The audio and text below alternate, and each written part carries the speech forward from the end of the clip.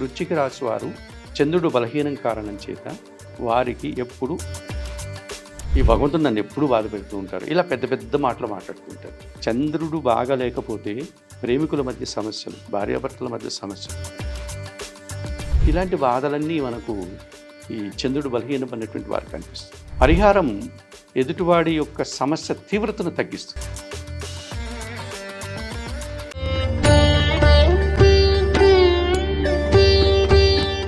భక్తివన్ ప్రేక్షకులకు నమస్కారం. నవగ్రహ ఆరాధన ప్రతి నిత్యం మనం చేస్తూ ఉంటాం, చెయ్యాలి కూడా. అందుకే మనకి ఏ ఆలయానికి వెళ్ళినా అక్కడ ఖచ్చితంగా అంటే భగవత్ స్వరూపం లోపల గర్భగుడిలో ఏది ఉన్నా బయట మాత్రం నవగ్రహాల యొక్క దర్శనం కలుగుతూనే ఉంటుంది. ఎందుకు అంటే ఈ గ్రహాల యొక్క ప్రభావం ఖచ్చితంగా మనపైన ఉంటుంది. ఒక్కో గ్రహానికి ఒక్కొక్క ప్రత్యేకత ఉంటుంది. ఆ గ్రహాలు చూపించే ప్రభావాలు ఒక్కొక్కరిపై వేరువేరుగా ఉంటాయి.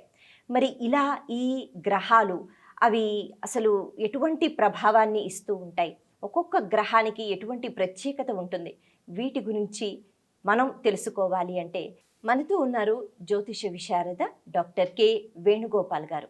వారిని అడిగి ఈరోజు మనం ముఖ్యంగా చంద్రగ్రహం, ఈ గ్రహం యొక్క ప్రత్యేకత ఏంటి, ఈ గ్రహం ప్రభావం అందరిపై ఎలా ఉంటుంది, దీని గురించి తెలుసుకుందాం. నమస్తే గురుగారు. నమస్తే అమ్మా. ఎలా ఉన్నారు? బాగున్నాను. అయితే ఇవాళ రేపు మనం డిప్రెషన్ అనే పదం ఎక్కువగా వింటూ ఉంటాం.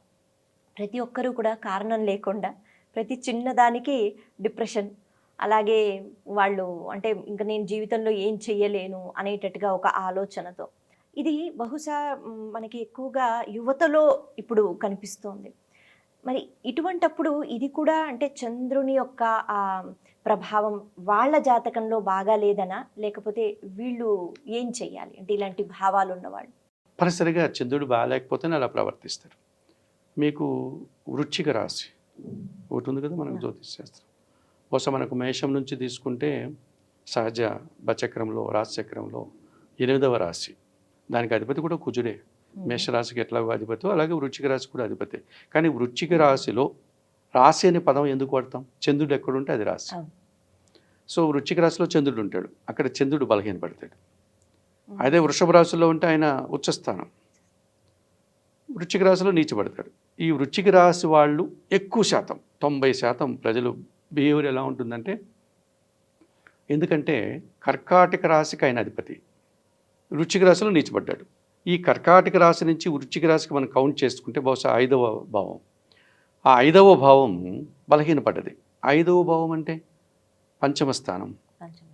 పంచమ స్థానం ఏమిటి? సంతానం, ప్రేమ, ఉపాసన, ఆలోచనలు, ఇవన్నీ కదా. సో వీటన్నిటిలోనూ వీరు డిసప్పాయింట్ అవుతూ ఉంటారు. మీరు చెప్పినట్టుగా వాళ్ళ యువతులు కావచ్చు, పెద్దవాళ్ళు కావచ్చు, మగవాళ్ళు కావచ్చు, ఎవరైనా కావచ్చు. వృశ్చిక రాశి వారు చంద్రుడు బలహీనం కారణం చేత వారికి ఎప్పుడు అసంతృప్తిగా ఉంటారు. తృప్తి అనే పదానికి అర్థం తెలియదు వాళ్ళకి.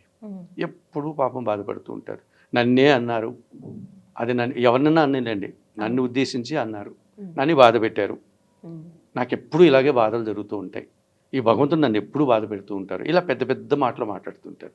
నిరాశ, అశాంతికి గురవుతూ ఉంటారు. ముఖ్యంగా మీరు అన్నట్టుగా యుక్త వయసులో ఉన్నటువంటి వారు ఎవరైనా ఆత్మీయులు కావచ్చు, స్నేహితులు కావచ్చు, లేదా ప్రేమికులు కావచ్చు, ఈ చంద్ర ప్రభావం బాగా లేకపోవడం చేత ప్రతిదానికి నిరాశపడిపోయి వాళ్ళు డిప్రెషన్లోకి వెళ్ళిపోతూ ఉంటారు. ఇంకొకటి, చంద్రుడికి రాహు కలిశాడనుకోండి, అతి సామీప్యంలో చంద్ర రాహువులు కలిశారనుకోండి, వారేమీ చేసుకోరు, వారు ఆత్మహత్యలు ఏం చేసుకోరు, మనమల్ని చంపేస్తారు. ఆ రాహువు ఉన్నటువంటి ప్రభావం చంద్రుని మీద ప్రభావం చేసి వారు విపరీతంగా ఆలోచిస్తారు. దుర్మార్గపు ఆలోచనలు కావచ్చు, ఎందుకంటే రాహు దుర్మార్గుడు కాబట్టి, వాడు మాయగాడు కాబట్టి.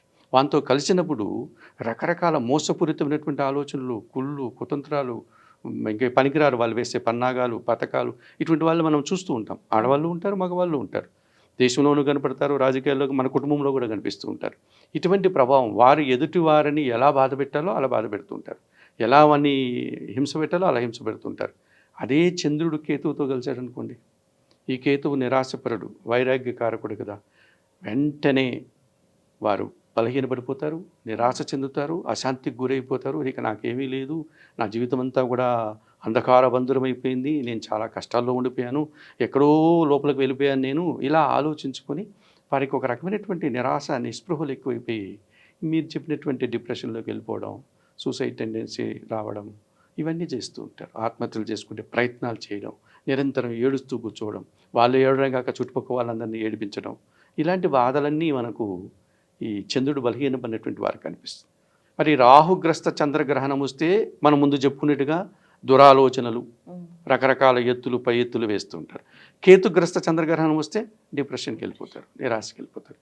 ఇలా చంద్రుడు బాగా లేకపోతే ప్రేమికుల మధ్య సమస్యలు, భార్యాభర్తల మధ్య సమస్యలు, ఇంట్లో సభ్యుల మధ్య సమస్యలు, ఆత్మీయుల మధ్య సమస్యలు, మనసు మీద ప్రభావం చూపించేస్తాడు. సో చంద్రుడు బలంగా ఉంటే స్థిరమైనటువంటి స్వభావం ఉంటుంది. ఇంకొకటి, మన శరీరంలో కూడా ఈ పంచభూతాత్మకమైనటువంటి శరీరంగా ఇందులో కూడా నీటి శాతం ఉంది కనుక ఆ పౌర్ణమి రోజు ప్రభావం మన శరీరం మీద కూడా పడుతుంది.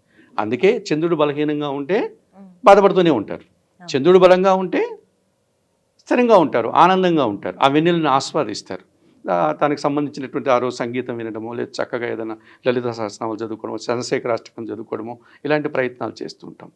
కనుక మీరు అన్నటువంటిది 100% కరెక్ట్. చంద్రుడు బలహీనంగా లేనటువంటి వారు మధ్యనే ఈ నిరాశ, నిస్పృహలు, ఆత్మాహుతి ప్రయత్నాలు చేయడం, ఇవన్నీ జరుగుతూ ఉంటాయి. పరిహారం ఎదుటివాడి యొక్క సమస్య తీవ్రతను తగ్గిస్తుంది.